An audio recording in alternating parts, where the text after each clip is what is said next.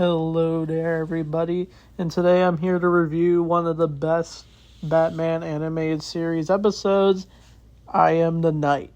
So this is probably the best episode because this is where we see Batman go through self-doubt and is able to redeem himself through his self-doubt. He feels that he is not doing enough for Gotham, as he feels his fight on crime is just going on and on and on, and he feels it's just not enough. But Alfred tries to assure him that he has done so much good for his city and has brought justice to all the criminals, but Batman just does not feel it tonight, and he decides to go visit his parents' grave, the place they died. And during that, a criminal named the Jazzman is causing some mayhem, and Gordon and the other cops are about to apprehend him, but during the firefight, they manage to arrest him, but in the outcome, Jim ends up getting shot, and Batman is devastated by this, and this is where he does face his all-time low, where he almost quits being Batman, because he feels he failed Jim, just like he failed his parents, as he felt it was his fault for what has happened. But he's able to come out of his little shell, his own self-doubt crisis, with the help of Dick Grayson, who shows up after what has happened. He tells Bruce that it wasn't his fault for what happened to Jim.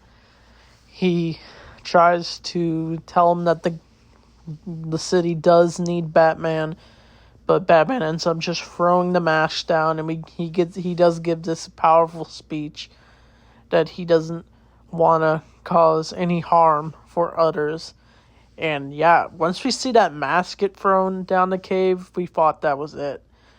But he's able to step back and able to come back into the cowl when Dick tells him that he will just have to do it himself to stop the Jazzman. After he manages to escape from prison again, he sneaks in through like a laundry latch or something, and he's able to get out of prison, and he's out for revenge against Jim because he got him arrested for his other crimes.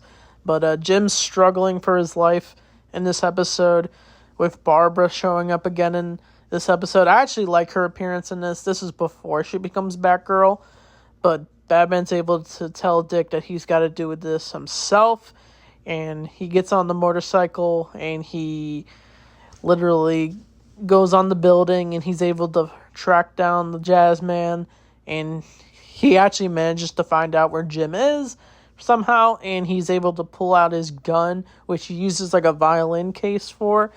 And we get this iconic shot where probably my favorite scene in this whole episode, where Batman throws the Batarang and it goes into the man's gun, and it causes his hand to explode. Not literally, but like his hand to get hurt. And he's able to save Batman, and Jim actually survives, of course, from his gunshot accident. Well, not accident, but he tells Bruce that he wishes he could have done more when he was younger and could have been like him, but Batman assures him that he is a hero. And the episode ends with Batman able to look into the sky and feel what he has done, and he's still able to go on as Batman.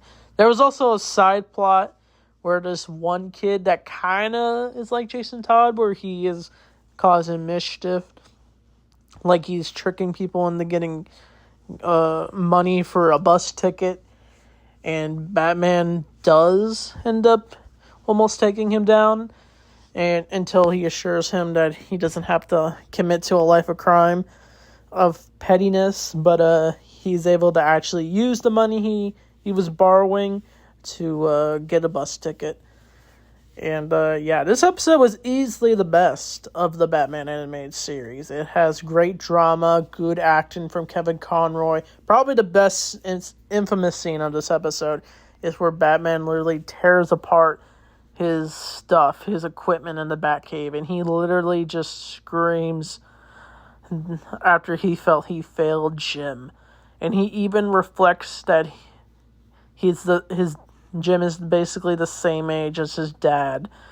And it's just tragic for Batman to deal with this crisis. Honestly, I can relate to Batman in this episode, since if we all feel self-doubt and we all feel we're just not doing enough, and it feels we're in this constant loop of self-doubt, and then we're finally able to get some encouragement from the people who do care about others, and we're able to rise out of it, of our shell, through our ways.